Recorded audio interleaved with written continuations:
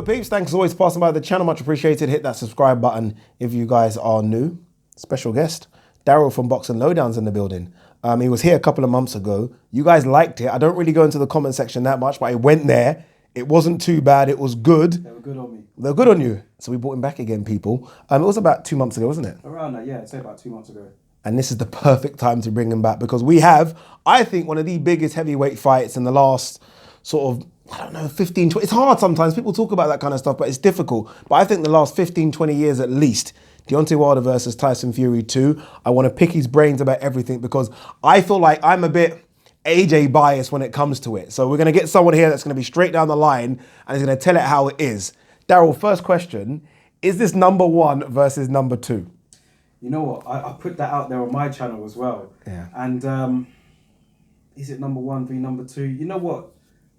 It's up in the air. Yeah. I mean, it's up in the air if it's number one or number two. I think at the moment, I mean, the Ring Magazine belt's on the line. Yeah. And I follow the Ring Magazine rankings very closely. Yeah. It's like my Bible with Yeah. boxing. I mean, I know that is their tagline anyway. I'd say at the moment, there you could put a strong argument for it. It is a number one v number two, considering obviously Anthony Joshua did lose to Andy Ruiz, which was a major shock.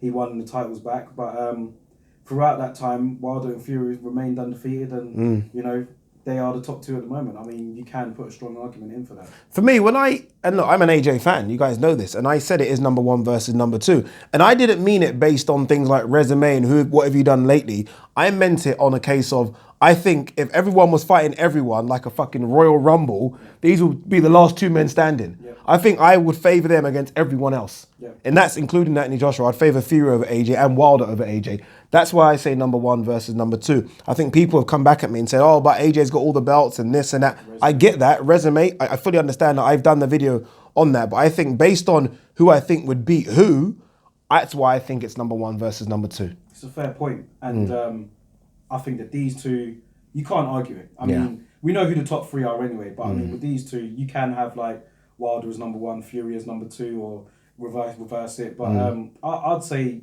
yeah, as of now, this is number one v number two. What I like so much about this fight, I know there's so many things I like about the fight, but what I like most, I think, is the fact that there are no excuses.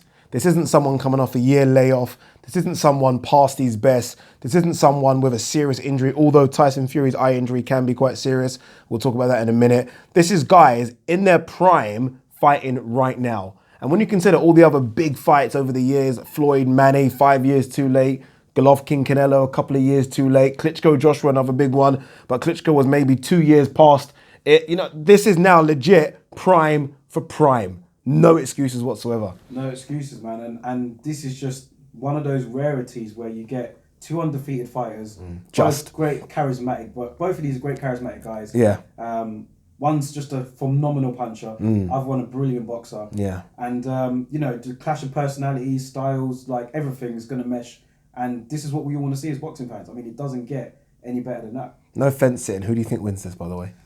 Before we talk so many other stuff. I forgot. Let's get that one straight away. Who do you think wins this fight? You just want me to just say it? Say it. Who do you think wins? Yeah. Oh, man. It's a tough one, isn't it? So and that's why I think we love it so much. Yeah. Because it is that tough. And it really is that tough. It gets people debating. Yeah. Man, you know what? I've gone back and forth. I've gone back and forth. And I think that's more testament to Fury. Because again, when this fight happened December 2018, it was like, oh, Wilder's going to destroy him. Yeah. Two fights later, I mean, Fury hasn't looked that great, has he? Tom Schwartz was okay. Otto Wallen was awful. Yeah. I mean, Deontay Wilder's looked a lot better.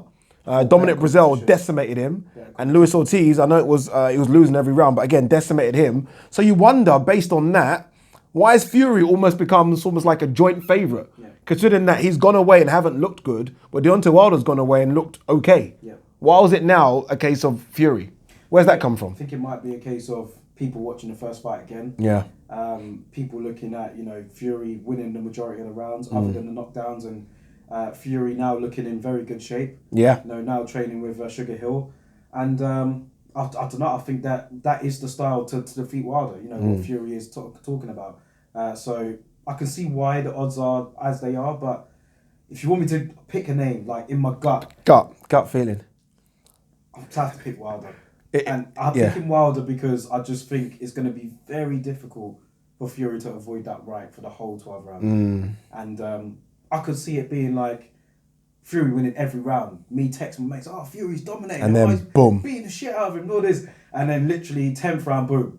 Out of nowhere, I can see it. I mean, I don't want that to happen. Yeah. I want Fury to win. Oh, do you? Yeah, do you? I want Fury to Why? win. Yeah. Why? I want him to bring it back over here. Okay. I think that, even though he probably won't bring it back over here, in the sense that he probably won't ever defend it in Britain, even if he does win. But I know what you mean. I'm just really with the Wilder and Joshua thing. That was the fight for me. That was the Super Bowl. That was the fight. Yeah. And I'm just getting wary that, you know, all this stuff that's going on with the PBC and Al Heyman, I'm just worried that we're never going to see it.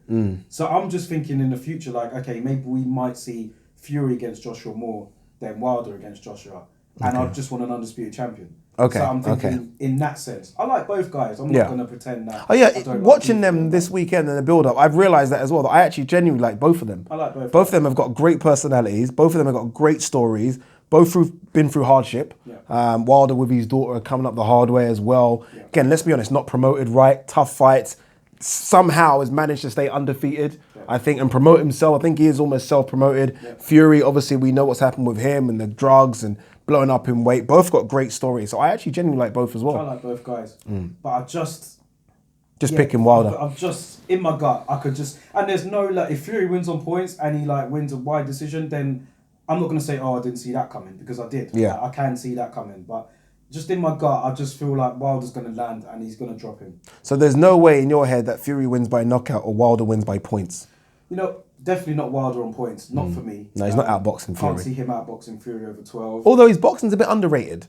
It is. When he goes Wilder, it looks rubbish. Yeah. But when he takes his time and thinks, good jab, decent movement. Underrated just jab. Underrated boxing ability. Jab. I just think that Fury style is a nightmare for Wilder. Yeah. Is a nightmare for him. Especially if he throws the feints and he, you know, is on his toes and he gets in Wilder's head like what he was doing in the first fight. All that sort of stuff was working great for Fury. And he needs to do more of that in this fight. All this talk about him going for the knockout and, you know, trying to smother Wilder, because I've heard a lot of people that follow me are saying that they want to see Fury do that, like smother him and, you know, because he's a lot bigger than him. And I just rather him do what he was doing, because he was doing it so well until he get caught. So why change it? Yeah. So the talk of a knockout with Fury, I can't see it, but I could probably see it more than Wilder winning on points. Boxing's always been a case of what have you done for me lately. If you go back to Fury's last performance against Otto Wallin, what from that performance do you take that gives you any confidence that Fury's going to be able to last or stay in there or even outbox? I mean, there were times in there where Otto Wallin was sometimes outboxing Fury. Yeah, not a lot. Yeah. Look, the only thing I can take from that fight was the way how Fury recovered from adversity. Yeah. The cut was a major cut. Ridiculous. Credit to it. Could have been stopped. It could have easily been stopped. Should have been. Yeah. Yeah. I think it could have been. Easily could have been stopped. I think it's only because it was Fury and it was on ESPN that it wasn't. But any other fight, maybe if it was on the undercard, it would have. But I think that taking away that, coming from adversity through that, and you know, getting the victory will hold him in good stead against somebody like Wilder, because I mean he knows what it's like to be in there with him anyway. But just going through that and coming out on the other side with the win, I think that is the only thing, because he didn't look very good to me at all. Yeah, he didn't at all.